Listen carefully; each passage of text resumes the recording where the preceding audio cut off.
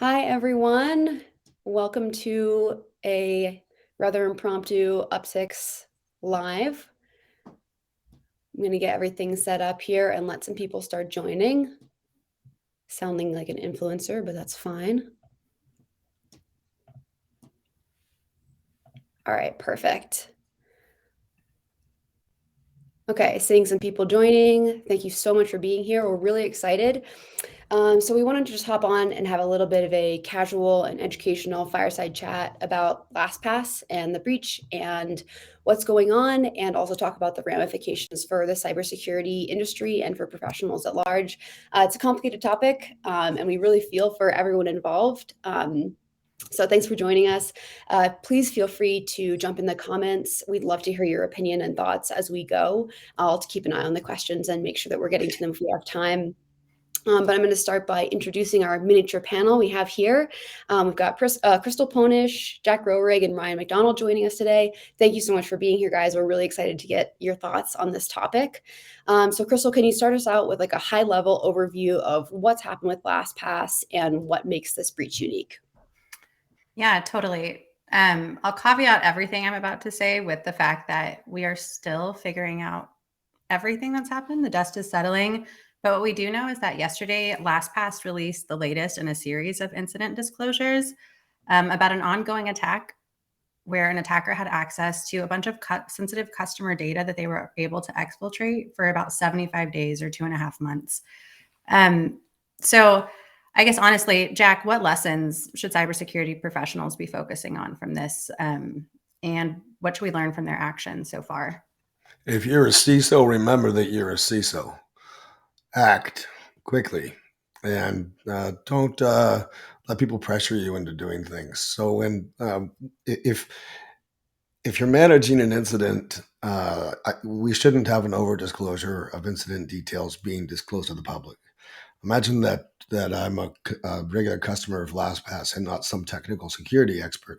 I have no idea what the heck they're talking about in some of their their incident response, incident releases, and a lot of the community a lot of the security community, of course, is it's like, oh, you've been breached again, right? And we're kind of like waiting to see just what ridiculous stuff is going to come out of this, but uh, it they've been breached over and over again. I think they aren't having postmortems where they're effectively enacting change progressively. Uh, it, if they were having postmortems, they wouldn't. I don't think they'd be making the same mistakes over and over again. It's bizarre, isn't it? Right? Like we have all of these security incidents over at LastPass, and then there's another simple one. But for your own like personal firm, right, where you're working right now, if you used LastPass, I think the first thing you should have done is immediately expired everybody's password, right? And that's a theme of what you should do as a CISO for everything else. You own that. You're an officer of the company. You have personal liability associated with that.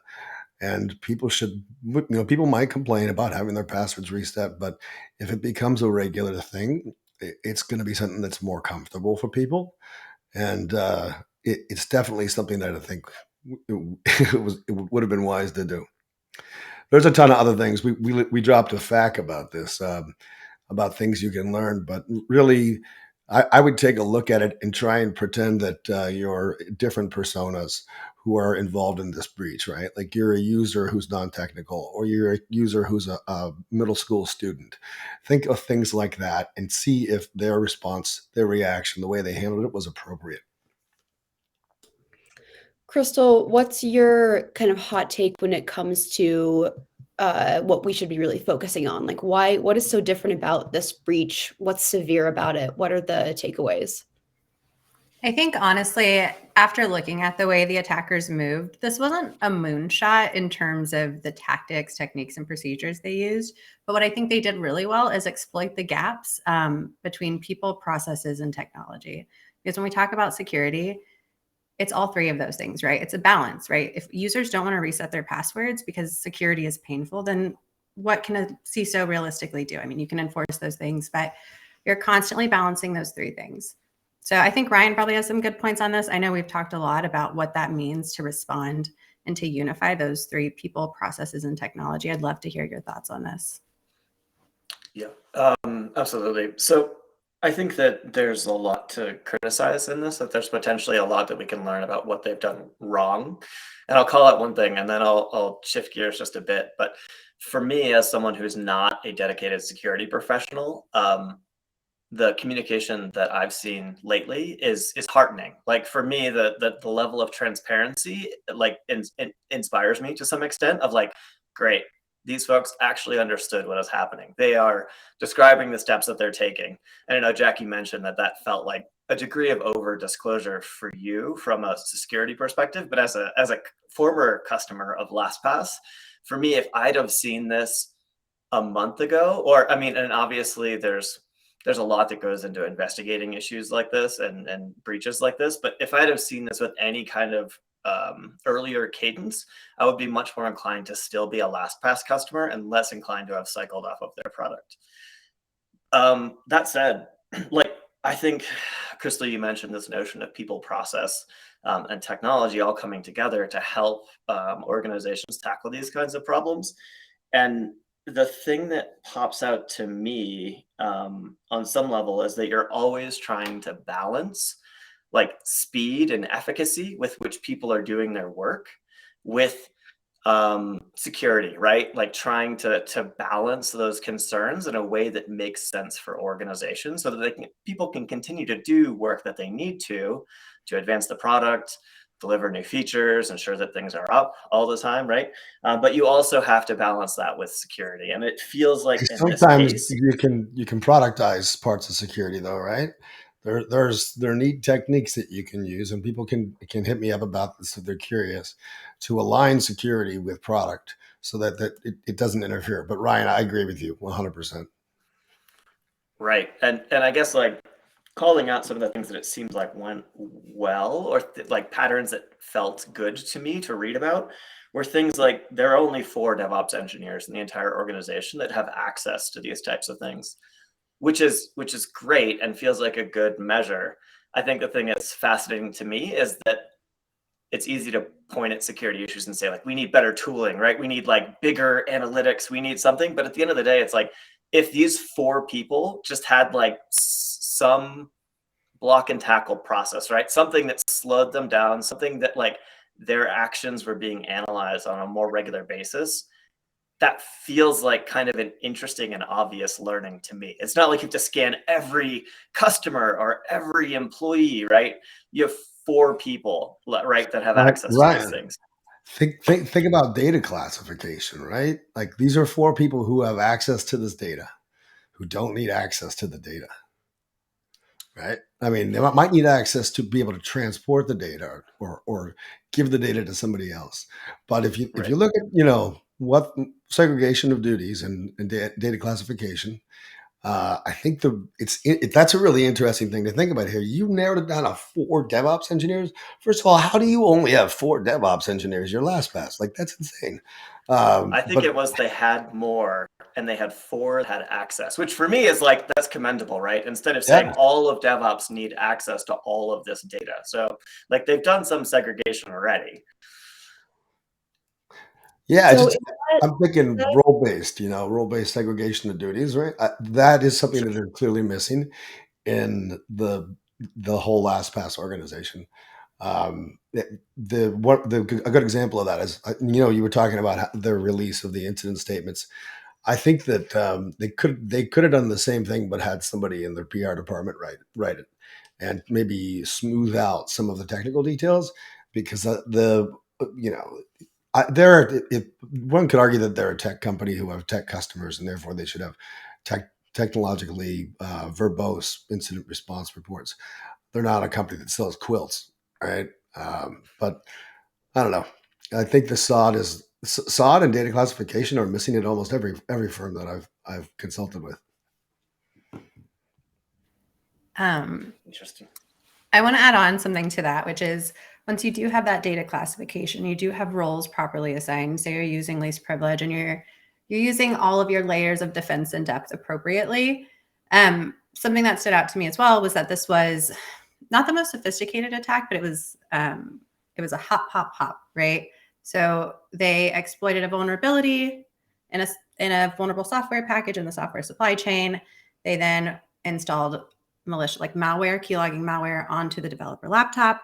Then from there, they hopped to AWS. And from, so it's this, you need anomaly detection to be able to determine like, okay, this person might have valid credentials, but they're logging in from a laptop I've never seen them log in from before. And they're trying to access things that they shouldn't access.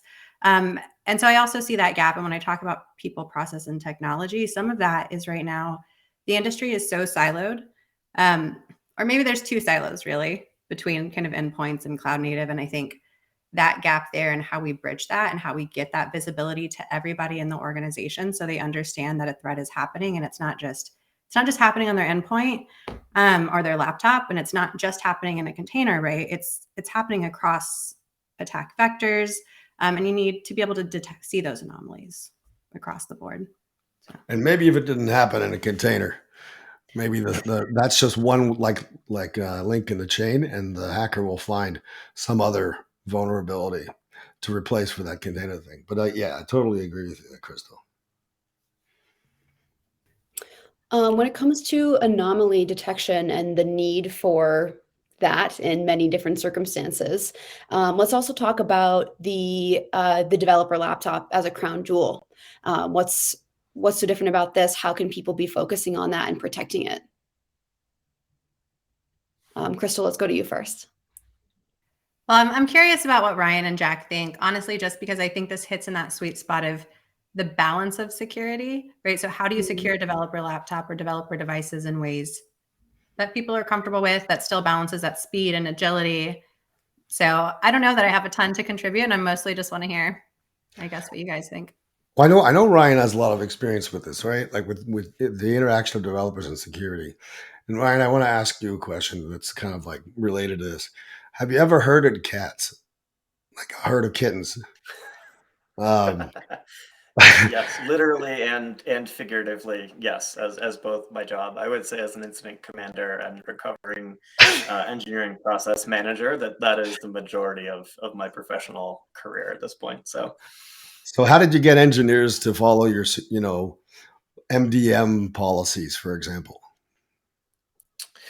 I mean, I think at the end of the day, anytime that you have a policy or a procedure that you're attempting to enact at an organization, you need to convince people that it's in their best interest, right? You have to incentivize them to get on board, because it's exceptionally easy oftentimes to just not leverage like the tools or the processes or any of the like good work that security folks or anyone else in the organization is trying to do for folks.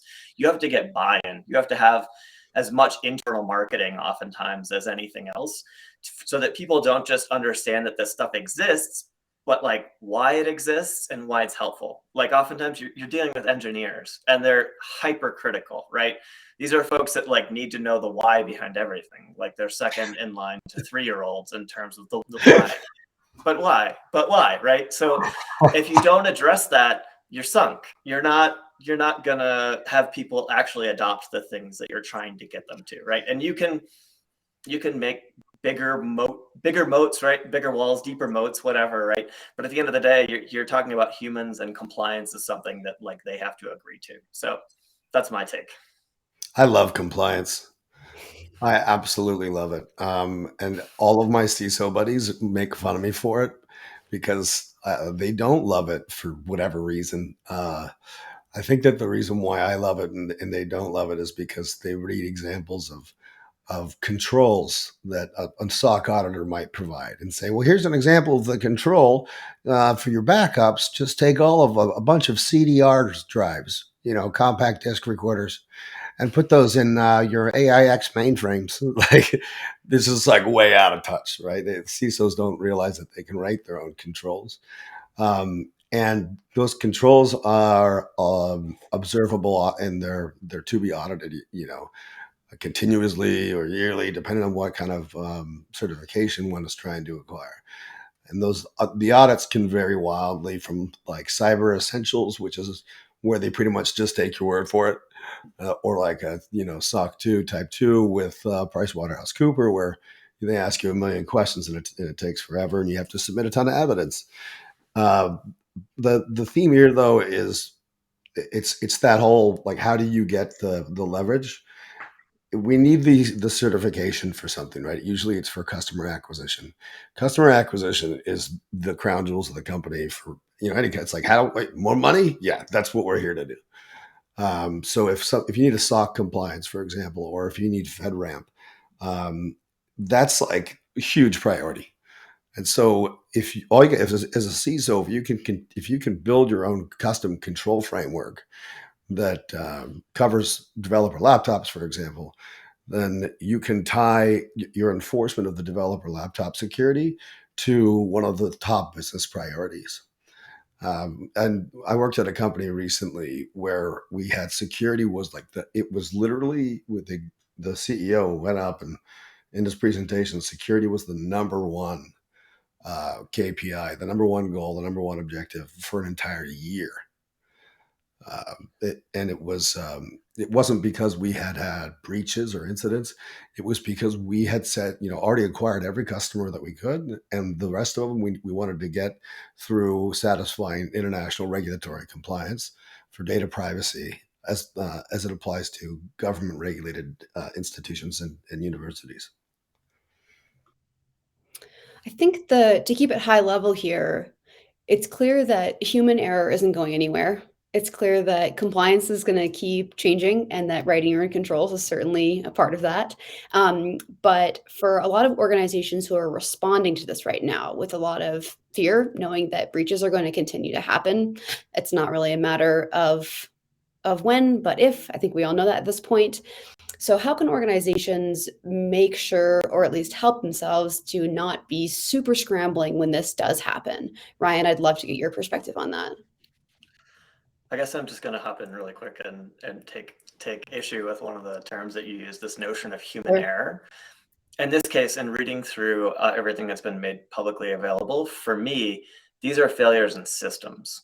These are failures in how people are able to go and do their jobs on a daily basis, as opposed to like a individual who pushed a wrong button or left their laptop at a McDonald's or something We like that, make right? mistakes, right? We're human. That's what we're supposed to do. We need to anticipate the fact that humans, when they're operating systems, if the systems aren't designed well or onerous or whatever, that people are going to have issues. They're going to make issues, right? Like that. To err is human at the end of the day, right? So, and I'll call out one other thing, and then I'll get back to your main point. But I appreciate the question. It's great. It's great. I really appreciated that all of the description of how they sort of like handled these, because both incidents involved laptops and home networks that were compromised in some form or fashion. And in no case did they say, we've summarily fired both of these employees. This will never happen again. Congratulations. Good job, everybody. Right.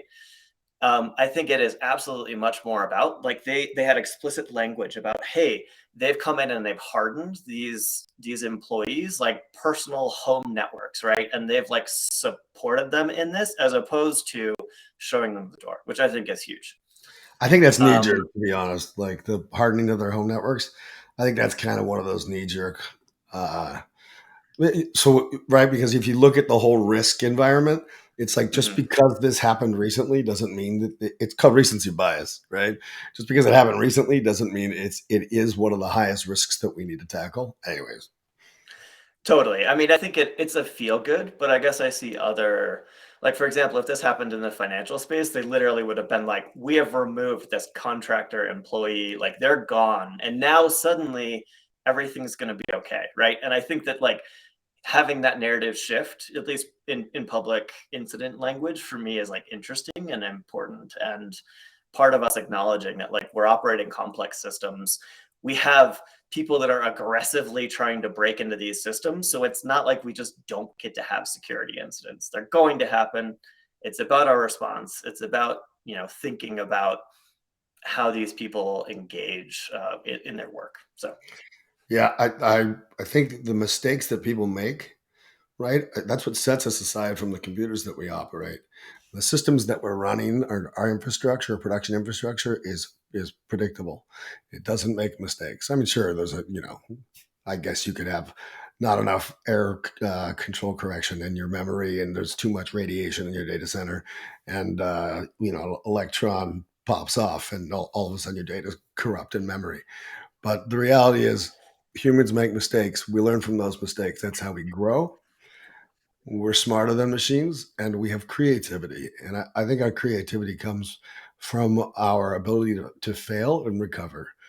And I've had, Ryan, I did a lot of incident commanding and written a lot of incident processes. And this is where this always comes up for me, is during an incident, there's no blame. There's no shaming people. People are going to make these mistakes. It's going to happen, right? And I encourage it, honestly. I just don't. I want to. There's one thing though that I don't want to see. I don't want to see somebody make the same mistake over and over and over again without learning from it. Like, that will fire you. But yeah, I really like that you picked up on that, Ryan, because I was actually talking to a friend last night too about that, and I was talking about how I was describing a much greater thing about shame versus guilt, right? This like psychological phenomenon, and I was using the incident commander process as an example, and I just realized what a dork I am. Well, you're a great addition to the team. We love it. We're products Okay, of our wonderful. environment. I mean, Sorry, do you mind if I just wanted to say, I think there's this really kind of funny security, well, not funny, and I'm sure not funny to you, Jack, the security saying, right, which is that the CISO is ablative. And I think that in general, the security team, that's what y'all are talking about, is treated as ablative, like, or whoever messes up gets fired. So again, just to rehash this blameless culture, like, it's not the individual person's fault. You can fire somebody, and then there's probably someone else in the company making the same kind of mistakes. So I think you guys just really hit the nail on the head wonderfully. Yeah, I hear you there. Great. Well, we are at the end of our time, so we're going to wrap up. We've got some amazing comments coming in on LinkedIn. Just to let you know, we are seeing those, and we'd love to address them also in future correspondence with you. Please keep us top of mind when it comes to being on LinkedIn and Twitter. We have plenty of information coming out. Please also follow our panelists here. Crystal, Jack, and Ryan are all on LinkedIn, and they'd be happy to connect with you. Keep an eye on the Up6 blog. We have more information coming out about this, and we'd love to answer some of your questions in future blog posts as well.